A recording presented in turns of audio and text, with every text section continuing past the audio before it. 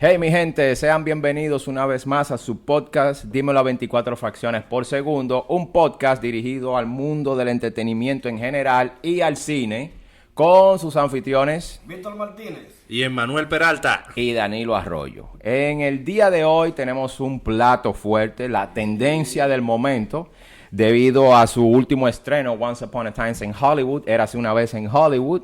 Nos referimos nada más y nada menos que a nuestro amigo Quentin Tarantino, el rockstar director de cine de Hollywood. Esta es la entrega número 48 de su podcast. Estuvimos un poquito ausentes por ciertos problemas técnicos, pero a partir de hoy ya estamos en vivo en diferentes plataformas, en Instagram, en YouTube, en Periscope, etcétera, etcétera, etcétera, Facebook, de ATV. Así que, plato fuerte. Pero antes de todo, por aquí, la plataforma principal, YouTube, suscríbete al canal para que sigas recibiendo más contenido como este y el podcast que viene más interesante cada vez. Mis hijos, díganme, ¿qué vieron? No, yo mirando la noticia de nuestro país, todo el revuelo que se armó con el abusador. No, Bueno, yo he visto... Yo necesitaba ver películas en esta semana. Como yo soy sobreviviente del fuego, ¿Lo viste? yo la viví la película. Sí, fuego, humo, escombro, toda esa clase de disparatada. Sí. Estuve yo sobreviviendo, o sea que yo viví mi propia película. Stephanie, escuché tu mensaje, vamos a hablar de eso ahorita. Ok. De esa violencia de género. Y mirando que fue seleccionada para participar en el Festival del Oscar 2020. En el festival no, en la premiación La Oscar. premiación Oscar, perdón. La película El proyeccionista de José María Cabral. ¿Qué tú piensas de eso? Háblame de eso, porque este muchacho cada vez que hace una película, supuestamente sus películas tienen un gran sentido cultural. Bueno, hay que decirlo, hay que reconocerlo, de todos los cineastas, el único que hace películas que, aparte de Abud, de películas que puedan representar la dominicanidad en ese tipo de certámenes es José María Cabral, Exacto. pero... Hasta ahora, él es el que está, pues, como que se ha puesto para eso, para que sus proyectos lleguen a otra parte del mundo, o sea, que traspasen la frontera, logren escalar. Pero yo creo que si en verdad se fuera seleccionada, y creo que ahí está nuestro amigo Han, que está escuchando el podcast, yo creo que debe haber otra manera de cómo cacarear el huevo. Porque una selección de un país, que es la película que fue elegida por el país para representarnos a nuestro cine en ese tipo de certamen, creo que debe tener un proceso. Eso no es de que porque se seleccionó y se mandó, ya se va a elegir. Porque según hemos dicho en otros podcasts, que eso tiene un proceso, eso tiene que ir donde un grupo de periodistas que son los que votan, que son los que seleccionan las películas que van al Oscar, películas de no habla inglesa. Yo creo que esa película no ha pasado por ese proceso, ¿o no? ¿O estoy equivocado, Emmanuel? Yo no voy a hablar de María Cabral porque la otra vez No, un grupo de tú enemigos puedes de la hablar, humanidad. tú puedes hablar de lo que tú quieras, lo que tú no puedes tampoco obviarte de hablar de él, porque él es una figura pública, ¿me entiendes? Y está ahí, y está haciendo cosas importantes, porque son los únicos proyectos que están saliendo, dando la cabeza en otra parte del mundo, es el que está en eso. Bueno, Pero yo no corro con dominicano. bueno, Café. a lo único que al país, no a José María Cabral, a él también, deseándole suerte en esta odisea, en esta aventura nueva. Esperemos que obtenga una nominación a los premios Oscar como mejor película extranjera. Le deseamos la mejor suerte del mundo, porque ganando él, ganamos todos los dominicanos. Así que suerte, José María, con tu película El Proyeccionista. Seguimos. Ok, vamos a hablar de el proceso creativo de la persona, del artista, del director y de su obra o sus obras cinematográficas.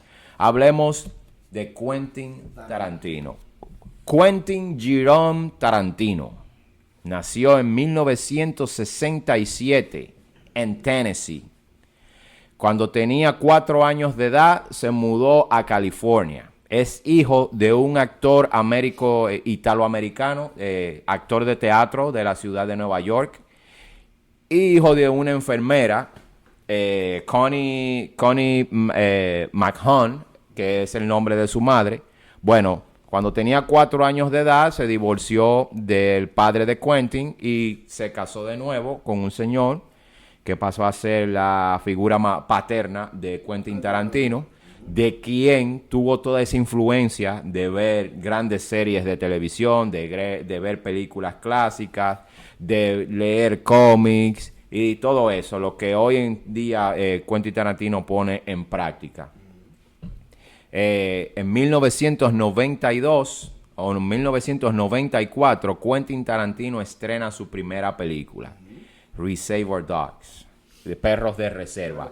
Esta película es una película que posicionó a Quentin Tarantino en el ámbito, en los ojos del mundo puestos en Quentin Tarantino como realizador de cine. Esta película le tomó 3 años realizarla. Una película en la que rodaban todos los fines de semana. Cuando se agotaba el presupuesto, entonces se detenía el rodaje de la película y continuaban rodando.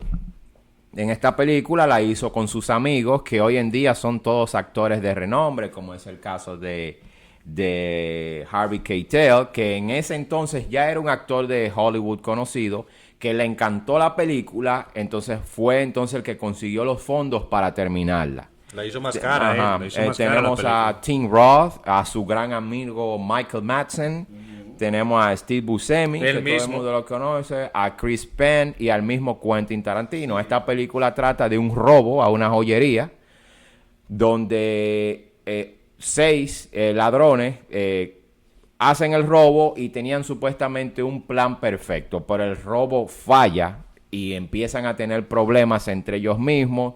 Y entre ellos hay un policía encubierto, etcétera, etcétera, etcétera. Y todo se vuelve lo que conocemos una obra de Tarantino llena de escenas violentas, escenas que quedaron en la memoria de todo el mundo como las mejores escenas.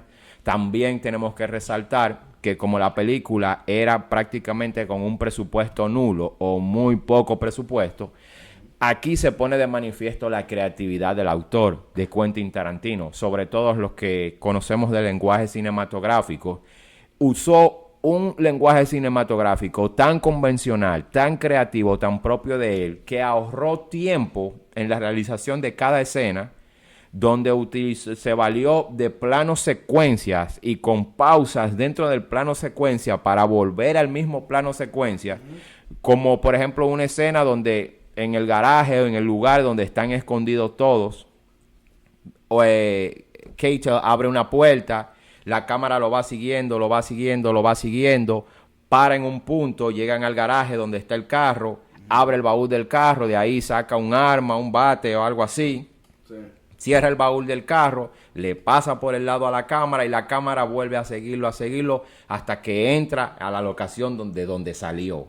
Entonces ahí Quentin Tarantino, apreciando el lenguaje, ahí se ahorró tener que cortar, ahora ponemos la cámara aquí, ahora ponemos la cámara acá y lo hizo todo en un plano seguido, pero con pausas. O sea, es un genio. O sea, y se ahorró mucho dinero, el dinero que no tenía. Entonces esta película, las escenas de violencia donde le cortan la oreja a uno de ellos, al policía encubierto. Cuando llega el momento de que le corta la oreja, entonces se va para arriba. No vemos cuando la oreja se corta, pero se da a entender a la audiencia de que le cortaron la oreja. O sea, un buen manejo de los tiempos, un buen manejo del lenguaje, sobre todo los personajes, tantos personajes dentro de una misma historia y todos con matices diferentes. Un personaje difiere del otro, que es muy, muy difícil en el momento, tanto porque eso lo pone el actor. Pero también el escritor, al escribir personajes que difieren uno del otro, se le facilita al actor cómo hacer su personaje. Pero también el director aporta a que cada personaje sea distinto al otro. Perdón que te interrumpa. Tú sabes que a él le hicieron una entrevista en un canal de la televisión local, la televisión de aquí de Estados Unidos. Y él le preguntaron que cómo era que él realizaba su proyecto cinematográfico. O sea, cuál es la manera de que él lograba las obras. Si te pones los headphones, eso no se oye. Exacto, eso es un palo, sí. Y él dijo que no era él. Que él lo que hacía era que se reunía con gente que quería hacer las cosas bien. Eso. Exacto. Que quería hacer las cosas bien, porque entonces él dice, no, porque tú eres un genio. No, yo no soy un genio. Yo escribo mis cosas, pero yo tengo un grupo de gente que esas cosas que yo le doy, que yo le dan forma. Le dan la forma. Hacen que sucedan. Y hacen que fluya. Ya hace varios años yo he cogido como tema que tú, como artista, si vas a trabajar con un grupo de personas, con un equipo, tienes que buscar personas que hagan que sucedan las cosas. O sea, ¿me entiendes? Que sucedan. O sea, tú tienes que tener gente que, aparte de tú como autor y como director, tienes que buscar gente que tu obra sea una obra real. ¿Me entiendes? No gente que te quiera boicotear tu trabajo. Exacto. Que hay gente mala así que hace eso. Y son estrellas, se dan estrellas. ¿Me entiendes? Se dan estrellas, no es así. Claro. Entonces, él dijo esa palabra. No, yo no soy yo. Yo tengo personas que se involucran en mi proyecto y lo hacen. O sea, que ese proyecto que en verdad él tenía en su mente que saliera como él lo planteó, lo plasmó en el papel, en el guión, cuando lo escribió. Y los personajes como lo diferenció uno del otro. Entonces que cada actor que él busca, si tú te fijas, son actores de primera. ¿Me entiendes? Por ejemplo, en Pulp Fiction. Pulp Fiction. Samuel L. Jackson, John Travolta. O sea, actores de primera. Ok, ahí es que voy. Perdón, 1992 fue el estreno de Reservoir Dogs. 1994 fue el estreno de Pulp Fiction. Reservoir Dogs fue una película que más bien acaparó la atención del público, pero sobre todo en festivales. Berlín, Cannes, Sundance, un sinnúmero, Toronto, un sinnúmero de festivales. Quentin se convirtió en la sensación del momento, pero había otro joven que lo conoció en festivales, que fue Robert Rodríguez, que estrenaba para la misma fecha El Mariachi 1. Esa película que fue hecha con $7,000, totalmente en español, por un joven chicano, mexicoamericano, Robert Rodríguez. Ahí fue en un festival que ambos coincidieron, una película detrás del otro, y hasta la fecha tienen una bonita amistad, sino una hermandad, una sociedad, todo en conjunto, porque son estilos parecidos. Uno difiere del otro, pero son muy parecidos. Reservoir Dogs revolucionó lo que fue el cine independiente. Una película totalmente independiente con un drama policíaco que es el drama que es lo que atrae mucho a Quentin Tarantino. O es el western o son los dramas policíacos. Se ha ido a otras temáticas que le han parecido interesantes y la ha realizado. Pero bueno, eso lo vamos a hablar dentro de poco. 1994, el fenómeno mundial. La gran película que cambió el cine de acción y el género policíaco. A partir de esta película, el cine de los Estados Unidos en la década de los 90 cambió por completo. Donde también a Quentin Tarantino se le atribuye tener el don de rescatar y devolver a la vida a estrellas ya apagadas. Me refiero nada más y nada menos que a la película Pulp Fiction, escrita y dirigida por Quentin Tarantino, pero también está escrita por Roger Avary. Esta película, principalmente Pulp Fiction, no iba a ser una película, un drama policíaco. Esta película iba a ser una película de horror, de terror, que es un género que Quentin Tarantino tiene tiempo intentando entrar en este género. Según dice su última película, la 10ª película, la próxima, es una película perteneciente al género de horror, porque es el único género que le falta por explorar o por realizar. viendo cortometrajes, hicieron varios cortometrajes, pero en un hotel, creo que fue en Arizona o en California, decidieron convertir ese guión, que era de una película de horror, en una película policíaca. Hicieron unos ciertos cambios y tenemos a Pulp Fiction. ¿Por qué la película se llama Pulp Fiction? Pulp Fiction no son nada más y nada menos que son unas novelas que venían impresas en papel barato. Esas novelitas que venden en mesas en las calles, esos son Pulp Fiction. De ahí tomaron el nombre y le pusieron, porque la película no es más que un relato, como dijo Emmanuel hace poco, de lo que se relata en el barrio.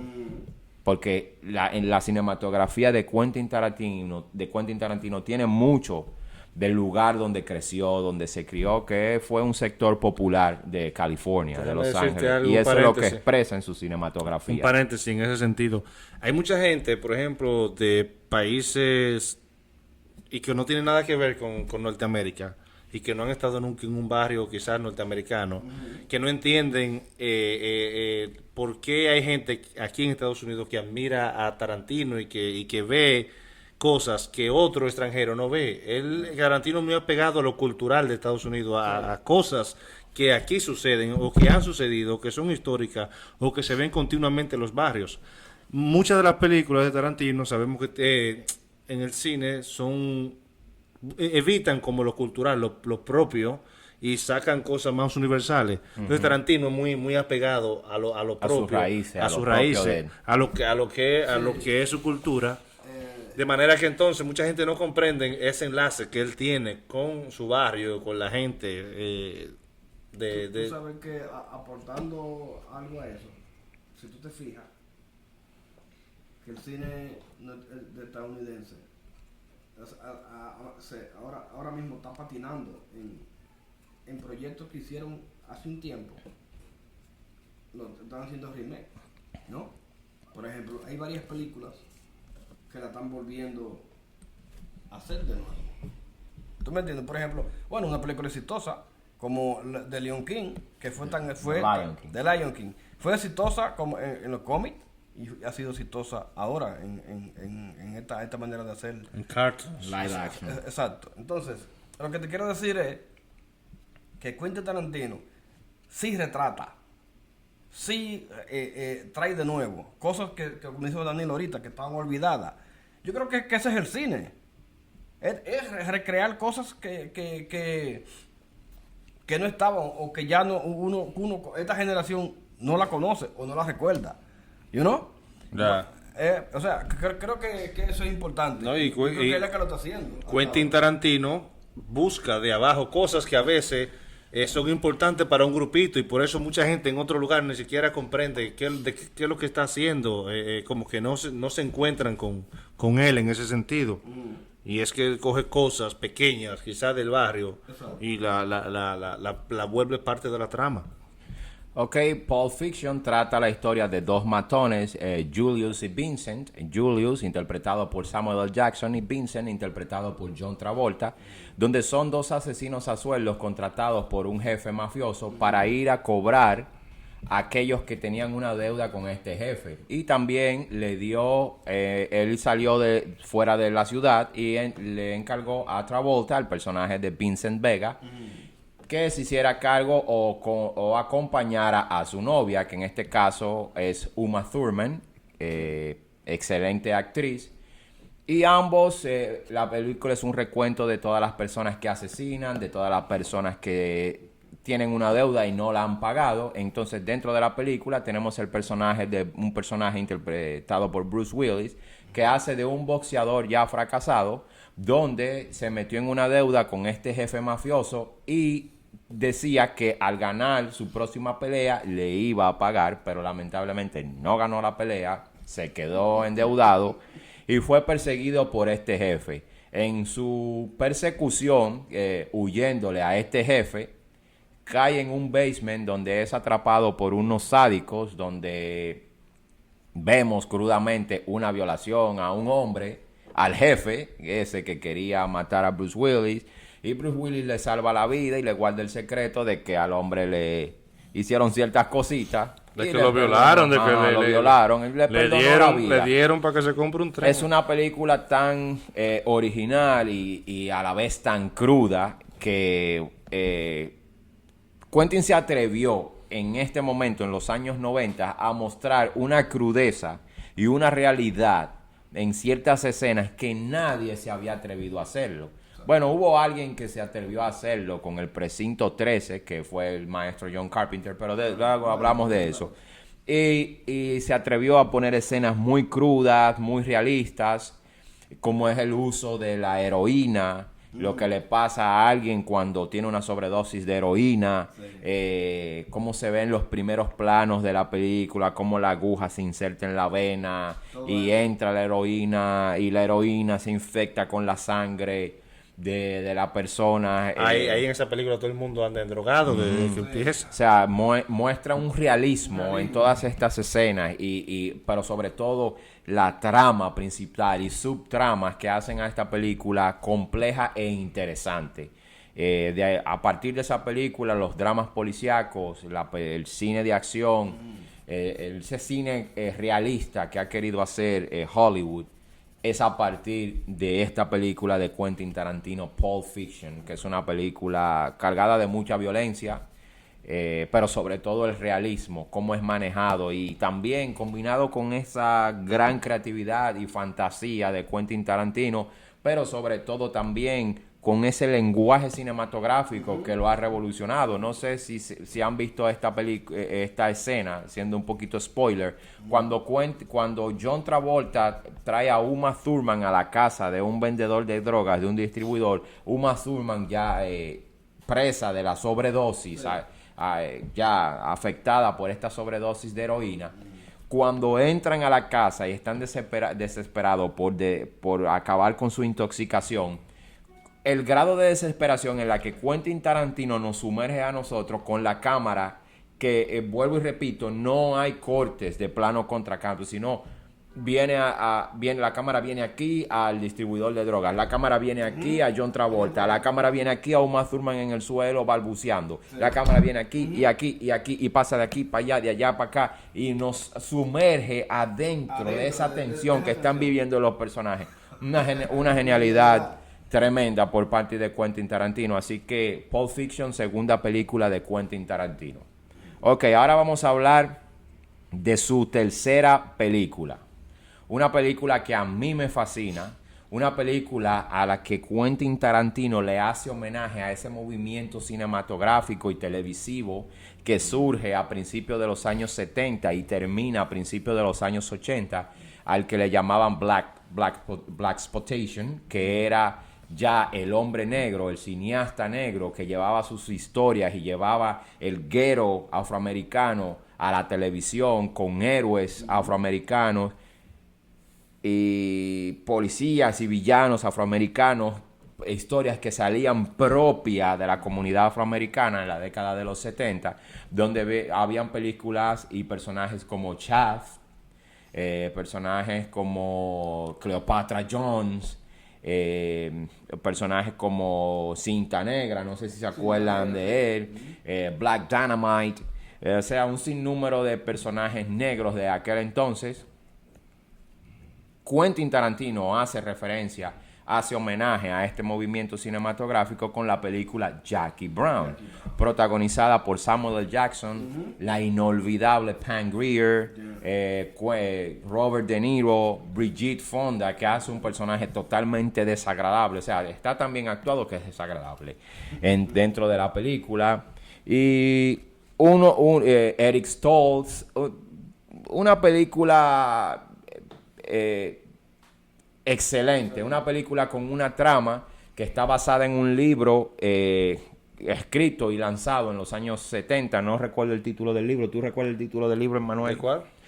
En la que está basado Jackie Brown. Jackie Brown. O sea, no recuerdo, se llamaba así mismo. Jackie Brown con otro subtítulo. Ajá, pero también con Jackie Brown, Quentin Tarantino le hace referencia a la película Coffee, que es una película que fue también protagonizada por Pam Grier en 1973, donde esta película muchos aseguran que viene siendo como una secuela, una segunda parte de The Coffee, una película dirigida por Jack Hill, también escrita por Jack Hill y protagonizada por Pam Grier, que es la que protagoniza a Jackie Brown, que trata de una contrabandista que en México tiene un cargamento fuerte de dinero y de cocaína y es atrapada por dos policías corruptos que le hacen un pacto, un acuerdo de que si ella entrega al narcotraficante y entrega la mercancía y el dinero, ella quedará en libertad. Pero ella descubre que nada de eso va a ser así, que al momento de entregar al narcotraficante al dinero, la van a eliminar. Entonces ella teje una trama muy bien hecha que al final se queda ella con $500,000 y parte de la mercancía y los policías pagan por su error.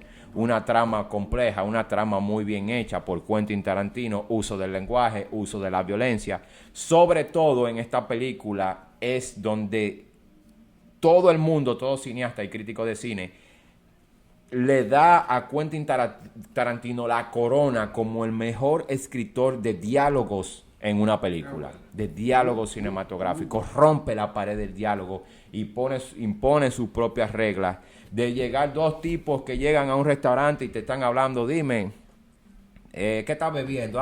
Esa bebida es muy buena. Yo me di un humo grandísimo los otros días con eso. Pero tú sabes por qué fue, porque la ligué con una hamburguesa, con una papa frita y tal cosa. Y de repente dice, dime, ¿cómo es que vamos a matar a esta tipa para sacarle el dinero? O sea, te vienen con una conversación larga de ellos, de los personajes, y en ese diálogo nos dan a conocer la personalidad de cada personaje, pero de repente el diálogo viene y te dice a lo que van. O sea, es la genialidad de Quentin Tarantino que se impone en cada una de sus películas. Jackie Brown, así que Pam Grier, Samuel L. Jackson, Robert De Niro, Brigitte Fonda, un excelente elenco sobre todo eso. Otro dato importante que obvié de Pulp Fiction es que después que hicieron Reservoir Dogs, ya había Quentin Tarantino y Lawrence Bender, que siempre ha sido su productor, el productor de todas sus películas, ya habían, después de Reservoir Dogs, habían alcanzado cierto estatus. Y consiguieron solamente para poder hacer Pulp Fiction nada más y nada menos que un budget o un presupuesto de $8 millones. Donde los $8 millones, si acaso solamente $6 millones se iban en el pago de los actores, porque tenían un cast verdaderamente caro. Pero el lenguaje cinematográfico de Quentin Tarantino y su genialidad hizo que pudieran concluir la película en el tiempo que la tenían que concluir y quedara algo de dinero para postproducirla. Es un dato muy importante. Jackie Brown, Pam Grier, Samuel L. Jackson, Robert De Niro, Brigitte Fonda. Es una excelente película con una trama espectacular, de primera. Genial la trama de esta película. Es una de mis favoritas de Quentin Tarantino. Bueno. La que a mí más me atrajo fue Kill Bill. Kill Bill. Es una película donde Tarantino, con su genialidad, pues atrae muchas cosas. Principalmente las artes marciales. Claro, el tema se presenta enfocado en las artes marciales, pero hay un ¿cómo explico? El personaje central, que es Uma Thurman, que ella queda embarazada y queda en coma. Cuando despierta del coma, sabe que su hijo no lo tiene y sale a buscar para asesinarlo. A vengarse de la muerte de su padre. También. Exacto, aparte, además de eso, ¿no? Pero para mí esa película, Tarantino, o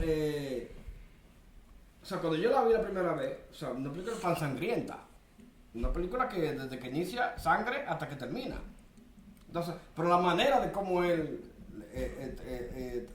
escribió esa película y la manera de cómo la atmósfera o sea, que te mantuvo todo el tiempo pegado a la pantalla, a la historia, para ver qué era lo que iba a pasar.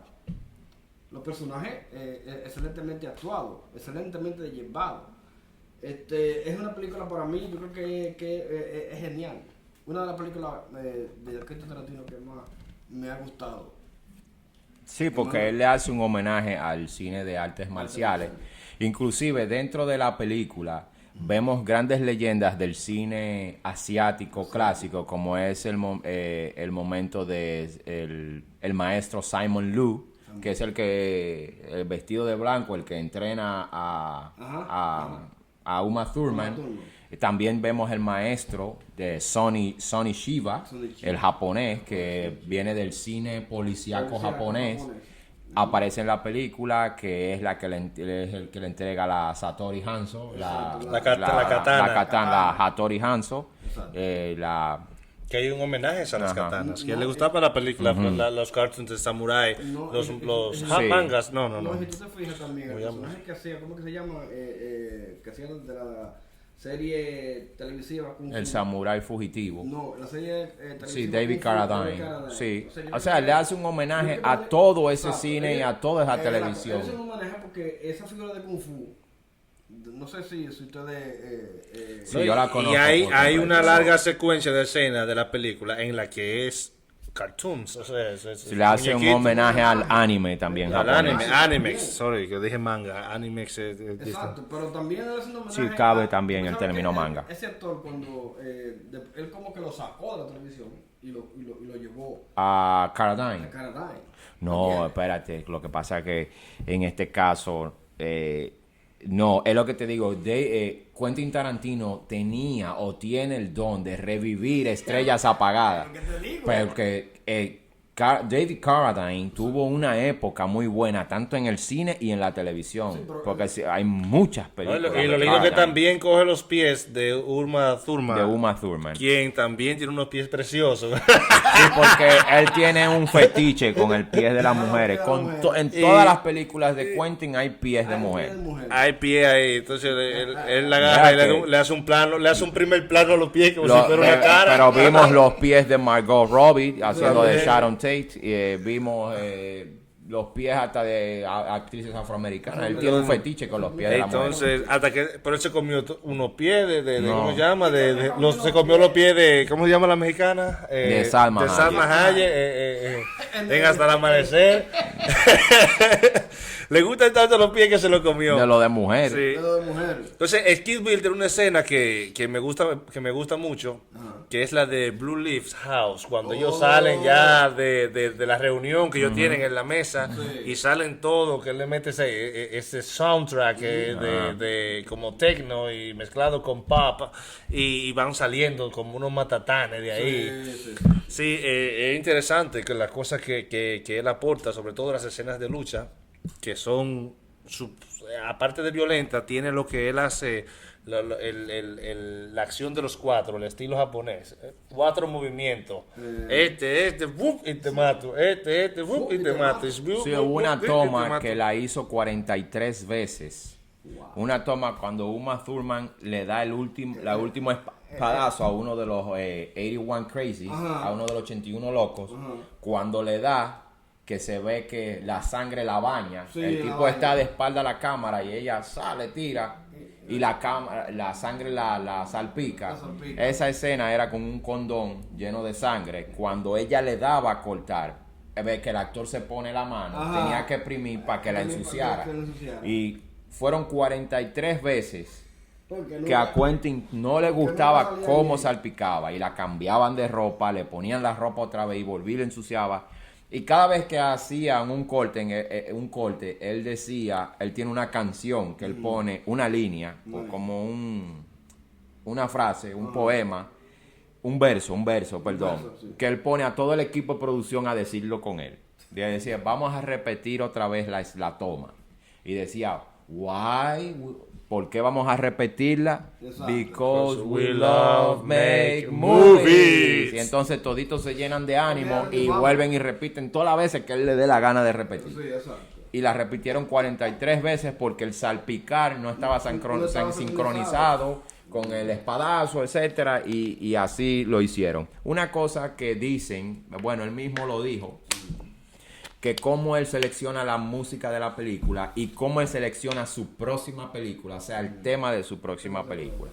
Él tiene una habitación en su casa lleno de discos de vinilo, como le dicen, y él entra a su habitación Él le dice a esa que él le dice como la casa o la máquina de las ideas. Él entra a esa habitación y elige un disco al azar, lo pone y lo escucha. Y de ahí sale su próxima película. Y toda la música que sale en la película sale de esa habitación donde tiene música y donde escribe toda. O escribe alrededor de la piscina de su casa, que son sus dos lugares favoritos para escribir. Todas sus películas Todas sus películas. En su soundtrack. Con la excepción de primero la película, antes de todo, lo primero que tiene por seguro es el soundtrack. Y luego viene la idea y luego viene la estructuración. De la película que voy a hablar ahora, de Hateful Eight, los 8 odiados o más. Los 8 más odiados. Más odiados del western. Bueno, Quentin Tarantino en esta película, que es su tercera del western. Tercera película de época en la que él explora el mundo del vaquero, de los tiros, los plomazos, los tiroteos y la violencia también que tiene con algunas mujeres. O como algunas mujeres le critican de que él promueve la violencia contra la mujer o el abuso violento de las mujeres. Bueno, esta película empieza con un soundtrack original que lo tiene completo de Ennio, a mí no me gusta mencionar el apellido, que es Maricones, Maricones, casi se pronuncia, que es la película de... que es el autor de la banda sonora de Hateful Eight.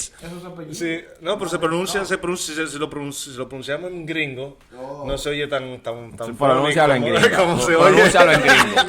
Pronúncialo en gringo, por favor. Edwin Tarantino, mi hermano, el Boti. Bueno, seguimos con esa película. Esa película tiene un largo intro, no solamente del soundtrack, sino también de la nieve. Es un paisaje amplio de lo que es nieve pura, el frío. O sea, el frío va a cubrir toda la película desde el comienzo hasta el final. Ahí no va a haber ninguna transferencia, es un solo día que pasan las cosas. Es un solo día. Entonces, la música es bonita y te va anunciando, wow, qué violencia viene, qué desastre viene después.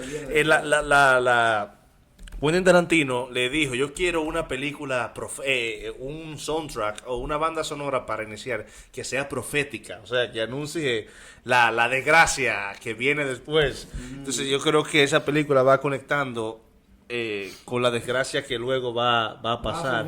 Sí, y hay una toma también de un crucifijo grande, de un Cristo crucificado, que quiere decir también que va a haber violencia aquí. Va a haber violencia.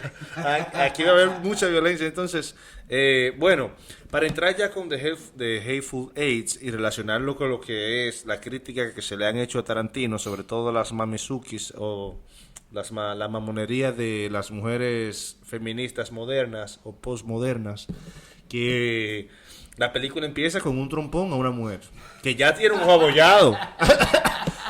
Empieza con un puñetazo a una mujer que ya tiene un ojo abollado cuando llega a escena. O sea, que también la acción de la película empieza con violencia de una vez. Después que el largo intro, la larga toma del paisaje ya amaneciendo, empieza esa película. Entonces, esta película tiene un guión que me fascina, porque es un guión de pocos personajes, una sola locación, y los personajes están dando vueltas sobre su propia historia. Sí. Ellos están ahí, cada uno con un objetivo, y llegan ahí ¿cómo se le diría eso? No es una barra, es alguien, tal vez es alguien que vive ahí y que vive de que la gente se hospede ahí. Exactamente, es como una parada, un parador, como le diríamos nosotros. Una parada, sí, exactamente. Entonces llegaban, descansaban, bebían café, comían algo y seguían su rumbo. Acuérdate que al final de la película, haciendo un poquito spoiler, cuando explican cómo los hombres que estaban debajo en el sótano estaban escondidos, que era el hermano de la prisionera, que es interpretado por Channing Tatum. primero llegaron y eran unas mujeres que atendían el lugar y las mataron, las mujeres, las escondieron los cadáveres o lo enterraron en el establo donde Vilchir va a buscar los caballos, el mexicano. Él es el guardacaballo. Ajá. Él es, ¿cómo se le dice? Eso tiene un nombre, el guardacaballo, que eso era Shakespeare. El también. potrero. Entonces, eso era. Era como un parador. El O sea, parqueador de caballo, que era el mexicano. Eso tiene un era nombre una específico. excelente creatividad de llegar a la nieve y un parador en una tormenta de nieve con una mujer que pidieron recompensa, un cazador de recompensa, un negro liberto que también es un cazador de recompensa, que tiene una carta que se la firmó Abraham Lincoln y etcétera, con unos veteranos de guerra que estaban ahí ya que en espera, un mexicano que se hizo pasar como que era el dueño, el que atendía el parador, con un café envenenado. Y nadie sabe quién envenenó el café. No, nadie sabe. Nadie sabe quién envenenó el café en esa película. Eso es muy importante. Entonces, No, fue Vilchir, fue La- el mexicano, Vilchir, pero por orden de ellos mismos, para que cuando Kurt Russell bebiera, que él que la traía, muriera y ya se quedaba. poder liberar a la mujer, prisionera, a la exacto. prisionera. Pero que también esa prisionera fue, en medida que avanza la película, ella va cogiendo más golpes. Hasta que sí. termina totalmente desfigurada. Sí. Y vomitando sangre y de todo. Yo creo que hay personas que no valoran esta película. Sí. Por muchas cosas. Uno, viendo la película, también se traslada a esos inviernos que uno no puede ni caminar afuera. caminar. Y uno se imagina, conchole, en esa época, ¿cómo enfrentaban esa gente ese invierno sin ese tipo de calefacción? No, y en una Nosotros. montaña, por Sí, allá. en una dicen. montaña, lejos, sin nada. O sea, el lugar es inhóspito. La tormenta es inhóspita. Del establo a la casa cogieron una lucha para hacer camino y para irse, que eso es algo que a cualquiera lo deja frustrado, una tormenta así. O sea, la gente que estaba dentro de la tormenta, los personajes tenían el cerebro medio carcomido. O sea, Había problemas. Sí, había problemas. Entonces, lo fascinante de esta película, aparte de la violencia que violencia expresa, es la historia, cómo ellos van rondando sobre el mismo lugar, cómo se va desatando una trama donde son casi todos enemigos y enemigos no declarados al principio, pero cada quien tiene un objetivo y cada quien va desarrollándose, con excepción de la mujer, que es la que va aguantando todo los sufrimientos, hasta que ella al final va cogiendo un poder más amplio. El desenlace empieza ya cuando a Samuel Jackson le dan un tiro en los testículos. Que ahí ya se arma, que otra cosa, como porque él mantiene por mucho tiempo el poder. Entonces, el tiro en el testículo es como una humillación también al que mantiene el poder, ya que lo debilitan inmediatamente. Le quitaron sombrilla. Lo debilitan de una vez. Entonces, The Hateful Eight tiene esas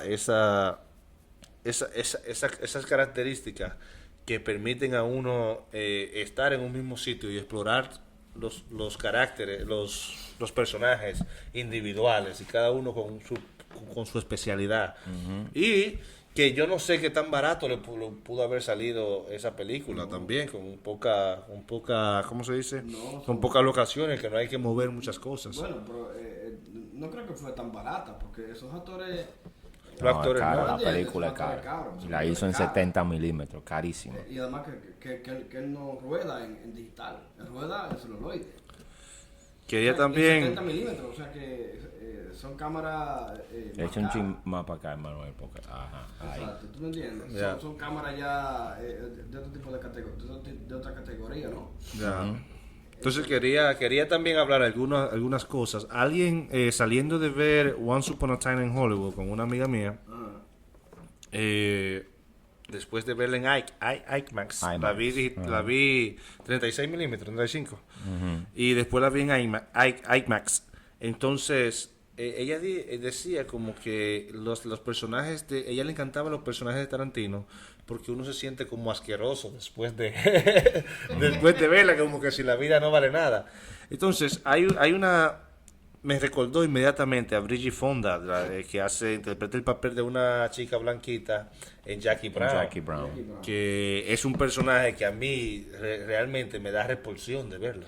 Una mujer sentada en un mueble que vive de ver televisión y fumar marihuana. Y además se para a hacer una batida y vuelve. Y ayuda en algunos atracos y robos. Entonces, aparte una de ficha, una fichita. Una tipa como que da, como que yo no sé, como que da ganas, como que, concho, ¿a dónde uno puede mandar a esta tipa que se la lleve quien la trajo, mano? Entonces, son personajes que realmente tienen un trabajo y que son pensados. No son personajes a lo locos, de que, yo quiero ver como un amigo mío que hace teatro. No, que yo quiero. Yo tengo una idea de un fulano allí o de esto allí. Y que eso ya va, que vuele por los aires, que aquello. No, es un personaje que está siendo pensado así. Claro. Para que dé repulsión esa señorita. Ese es el objetivo. No, y que cuando la matan a veces uno dice, wow, la mató, pero a la misma vez está bueno que la mataran. Porque es que habla y habla y habla y habla y habla. O sea, tú. Son personajes que crea Quentin Tarantino, personajes que tú amas odiarlos. Sí. O sea, te caen Y no es tan que mal, sin ellos pero no tienen el mismo pero le dan poder. sazón a la trama, le suman a la trama del personaje. Concho. Muy bien. Y que eso de eso desenlazó también otras cosas, que mataran el otro personaje de Robert De Niro, que era una persona que había acabado de salir de la cárcel, un criminal y un atracador. Entonces, creo que los personajes de él hay que observarlo más profundamente, porque te ponen en tensión. Y los personajes de ellos, creados por Quentin Tarantino, tienen una característica que es la lealtad. Ajá. La mayoría son leales. Yo no sé, Jackie Brown, la misma Jackie, es la única que no es leal. Y uno se fija, que ella no es leal a nadie. No, lo que pasa es que tú eres leal con el que te devuelve lealtad. Pero Jackie, el personaje, eso es lo interesante de la trama. Cuando ella se dio cuenta de que la iban a joder, entonces ella creó una trampa para ella. Sobrevivir, porque ya es otra cosa. Las películas de Quentin Tarantino también hacen mucho énfasis en la sobrevivencia. Si tú te fijas en la escena larga de Vincent Vega, John Travolta, con la chica, con Uma Thurman, en Pulp Fiction, él le está rezando, él está haciendo su mantra atrás. Ajá. Tengo que ser leal, nunca haga eso un jefe. Sí, es la mujer del jefe. Es la mujer del jefe y estoy solo con ella en la casa. Ella está drogada y borracha, y yo también. Un trago más y vete para tu casa. Eso es lo que está rezando. O sea, todos los personajes están girando siempre sobre la lealtad. El mismo personaje de Robert De Niro está hablando con Samuel Jackson en la camioneta, que hay un plano bellísimo de Quentin Tarantino, que cuando él se baja a pensar, Samuel Jackson como que dice, aquí tengo que tomar una decisión. Entonces ahí le está demostrando lealtad. Y el personaje le dice, oye, pero ¿cómo tú puedes pensar eso de mí? O sea, él se está quejando de que el moreno no confía en él, de su lealtad.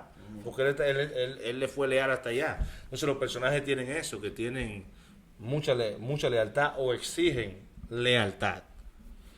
Exacto. No, eso se ve muy... Quentin lo pone de manifiesto en su película. O sea, por ejemplo, en la última, la lealtad del personaje de Brad Pitt a Leonardo DiCaprio, que simplemente es un doble, que a este actor fracasado lo puede mandar para el carajo y buscarse otro sitio donde él pueda hacer su trabajo de doble sin ningún problema. Exacto. Pero le muestra lealtad. O sea, Quentin, para mí, yo pienso que en su juventud Quentin Tarantino no le fueron muy leal. Como que pasó mucho trabajo. Sí. O quizás tuvo un gran amigo al que el único que le fue muy leal y que ya no está, y quizás lo hace, porque siempre nosotros los artistas en nuestras obras, en nuestras creaciones, siempre influye algo de nosotros, nuestros traumas, nuestras virtudes, vivencias, etcétera, etcétera, etcétera. Pero él y Robert Rodríguez son así, más que leales. Pero bueno, vamos a hablar ahora de... terminaste con... Sí, ya. Vamos a hablar ahora de Inglourious Basterds. Bastardos sin Gloria, que era una película de los años 60 o de los 50, y Quentin hizo un homenaje, una adaptación, una sátira, no le gusta que le digan así, de lo que hizo. Se pone como el diablo. Quentin no hace burlas ni sátiras a películas, él le hace homenajes. Así que el que no quiera verse en problema con Quentin, no le digan eso, de que son homenajes. Ok, esta es una película con la temática del Holocausto, Segunda Guerra Mundial, invasión nazis a Polonia, donde el ejército alemán de los nazis llega a una cierta comunidad de Polonia donde hay granjeros, de Francia, lo que pasa es que estoy confundiendo con el pianista de Adrian Brody. Y entonces llegan ahí a molestar porque son granjeros judíos, campesinos judíos. Y nada, una chica, un coronel o un general asesina a toda su familia. Ella logra huir, escapar con vida, y el resto de su vida se propone vengarse de los nazis. Vengarse, toma fama como una grandiosa cineasta. Oigan la trama, una directora de cine, una cineasta, a hacer películas que le agraden al Führer, a Hitler.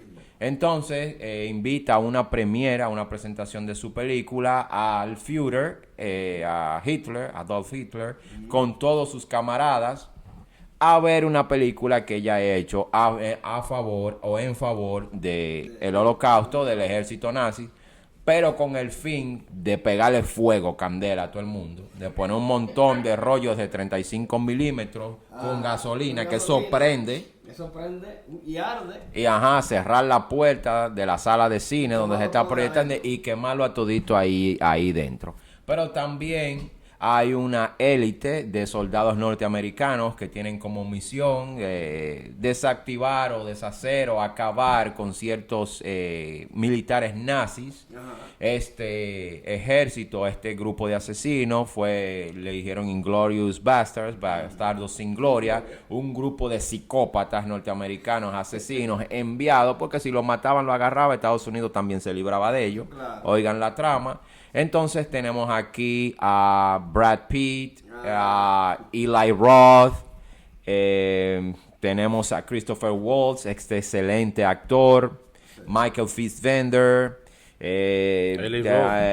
Melanie Laurent, Eli Roth, que Eli Roth es un director de cine de Cabin Fever, Green Inferno, Knock Knock, un sinnúmero de películas. Knock Knock fue un fracaso. También y Green Inferno también. Muy parecida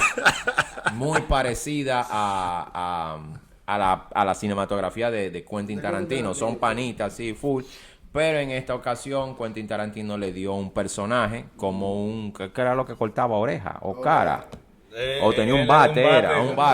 Un amansaguapo. Y mataba a la gente a batazos. Entonces...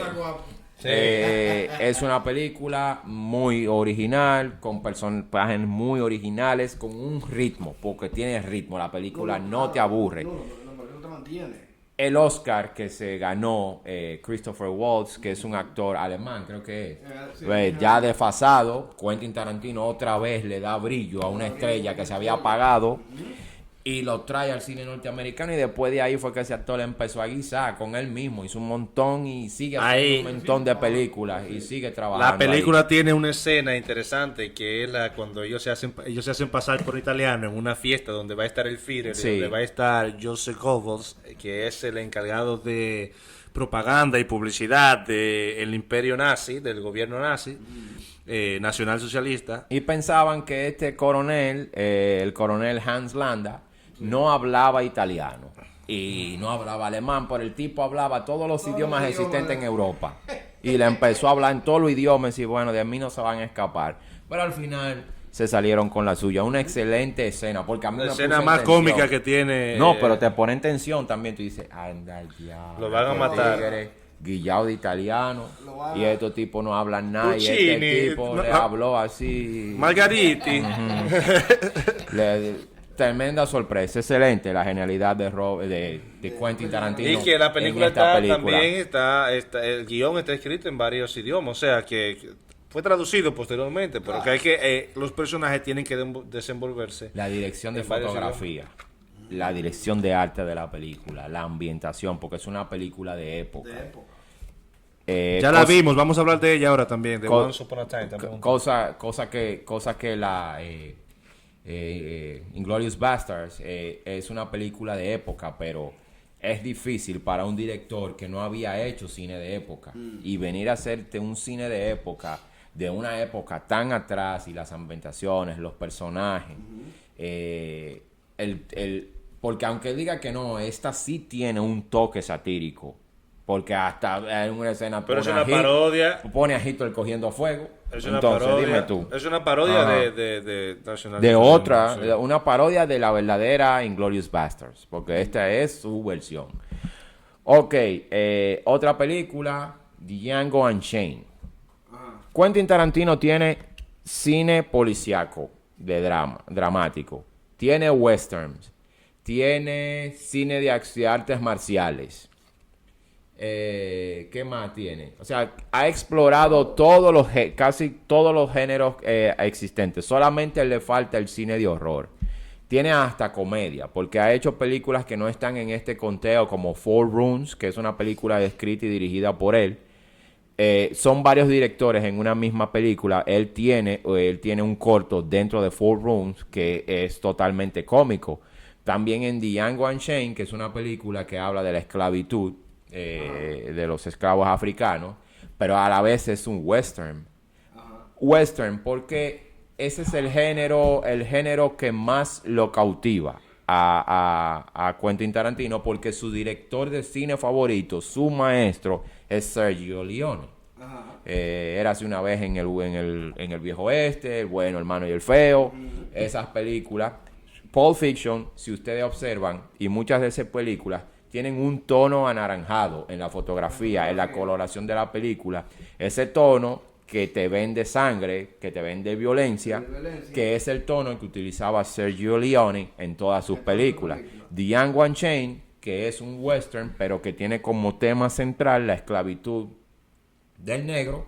Django Unchained es una película de los años 60, 70, donde él hizo una adaptación, una segunda adaptación, porque él hizo una adaptación japonesa.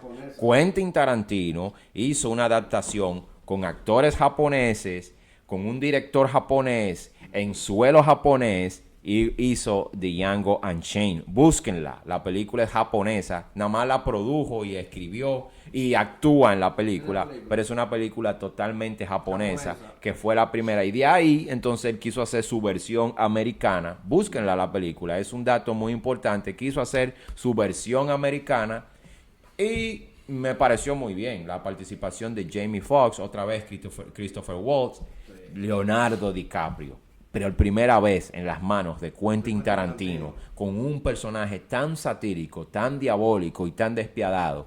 El toque de humor que le da la película con el personaje de Samuel L. Jackson, y como siempre incluye un personaje tan desagradable como ese personaje de Samuel L. Jackson, que es el fiel, la lealtad, ese esclavo tan leal, tan servidor, tan buen sirviente hacia el personaje de Leonardo DiCaprio. Es un personaje que molesta, porque es un personaje lambón. Véanla, Django Unchained es otra película de Quentin Tarantino. Y que lo acusaron de racista por sí. Spike Lee se la tiene puesta. Quentin Tarantino lo atacó con Django Unchained, lo atacó con Jackie Brown, y creo que ahora lo atacó, pero lo que pasa es que él no entiende. Quentin Tarantino es el único director blanco amado y apoyado por la comunidad afroamericana. Creció en un barrio de negros de California. Él es el único director blanco que los negros le permiten usar la palabra nigger en sus películas. Y no los pones en ridículo, los pone como héroes. Porque si tú ves Samuel L. Jackson en Pulp Fiction, Samuel L. Jackson en The Hateful Eight, Samuel L. Jackson y entonces Samuel Jamie Jackson no está en Foxx, Disproof. no, ni está en Kill Bill, ni está en Reservoir Dogs, ni está ahora en la última. Las otras. en una entrevista que le hizo el mismo Robert Rodríguez en su programa de Director Chair en el Rey Network, él dice que Samuel L. Jackson es el... ¿Cuál es tu actor favorito? Todos los directores tienen un actor favorito. Su actor favorito es Samuel L. Jackson. Dice que Samuel L. Jackson es el único que con su tono de voz y su interpretación puede decir las cosas que él quiere decir. Exacto. Lo dijo en la entrevista. Y es igual que Robert Rodríguez, que tiene a Danny Trejo. Es igual que Martin Scorsese, que tiene a Robert De Niro. Exacto. Es igual que Guillermo del Toro, tiene a Ron Perlman. Exacto. Y yo no sé cuál es mi actor favorito, pero bueno. Vamos a ver. Vamos a ver. Entonces caemos ya en la última película. Ok, última película. Érase una vez en Hollywood. Antes de eso, tengo que pedir excusa pública a todos los fans de que nos siguen por YouTube y en todas las plataformas. Es que yo en la discusión pasada estaba confundido. Perdón, Cheva, dale otra vez aquí al teléfono, dale a share y otra vez dale a live. Fui persistente con el error de Charles Manson como personaje y otro personaje otro actor que interpretaba a Tex, que me confundí muchísimo. Los que vieron el pasado podcast, tienen la razón totalmente a Danilo y yo lo reconozco. Fue una confusión que yo tuve con ese personaje. Ok, vamos a Once Upon a Time en Hollywood. La niña que nos preguntó sobre Once Upon a Time, que si la vimos, tenemos un podcast solamente de eso. Dale a la X a cerrar. Y ahora estamos hablando a mi foto otra de vez. Quentin Tarantino. Ok, dale. Chévere. Go live. Ya. Ok. Esta película está considerada como la película más genuina de Quentin Tarantino. ¿Por qué más genuina de Quentin Tarantino? Porque aunque nos parezca así, en esta película él no homenajea a nadie. Él se homenajea a él. Usa un tema que era poco conocido, como es el de la familia Manson, Charles Manson, que nosotros para poder ustedes entendieran la película, en un podcast pasado tuvimos que hacerle una reseña de quién era Charles Manson. Entonces en esta película solamente él dice que no, pero él le hace un homenaje a la cinematografía a la época de los años 60.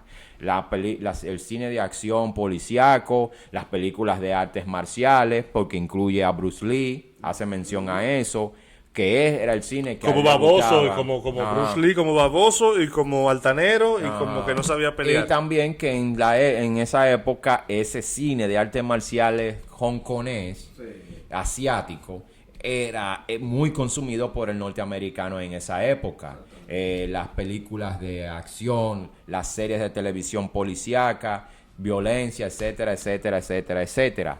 Ahí él pone de manifiesto toda su influencia, en lo que él está influenciado, todo lo que él hizo. También en una época en la que se desató un sinnúmero de asesinatos sangrientos, de asesinatos en serie, por un grupo de psicópatas, porque en aquel entonces el más prominente fue Charles Manson, pero no fue nada más él. Hubieron muchos asesinos en serie. Por ejemplo, lo vamos a ver pronto en la película que viene de The Joker, donde vamos a ver a Pogo, que era un payaso que tenía un programa infantil, pero fuera de eso era un asesino en serie. En esa época se notaba mucho eso. También la ambientación, una historia que está basada en un actor que está en decadencia, que ya su tiempo pasó y está haciendo un crossover de la televisión al cine y su adaptación al cine. También el icónico personaje que es un personaje, una actriz que ha sido añorada a través de las décadas después de su muerte, que es Sharon Tate. Él hace referencia a eso. También hace referencia a Roman Polanski, ese director que lamentablemente no puede pisar suelo norteamericano, pero es un maestro del cine que ha hecho películas desde Polonia, que es el país de donde descienden, pero en realidad es norteamericano. Y vemos la genialidad de Quentin Tarantino. cómo nos muestra el Estados Unidos, nos muestra Los Ángeles, más bien dicho, de los años 60, época en la que creció, porque él creció en esa época. Hay una secuencia importantísima que es cuando ya dan las 6 de la tarde, que empieza a prenderse todo. Sí.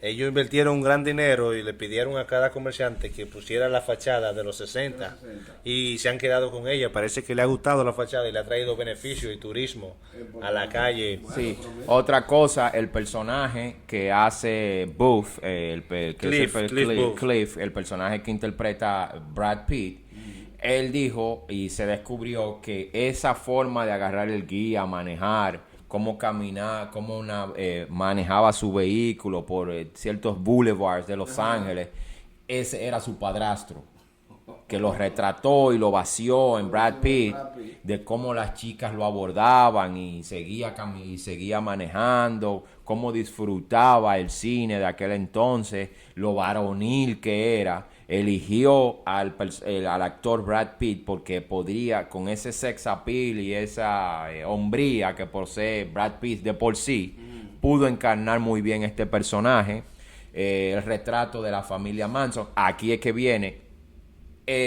Cuando Brad Pitt, siendo spoiler otra vez, llega a la villa donde la familia Manson estaba habitando, que la ocultaba, yo creo que esa escena, según ya oí por ahí, es la que le da la merecida nominación al Oscar, a los próximos Oscars, porque en esa escena todo el mundo que vio esa escena cuando él llegó a la villa, que empezaron toda esta gente a salir rara, todos estos tecatos, toda esta gente rara,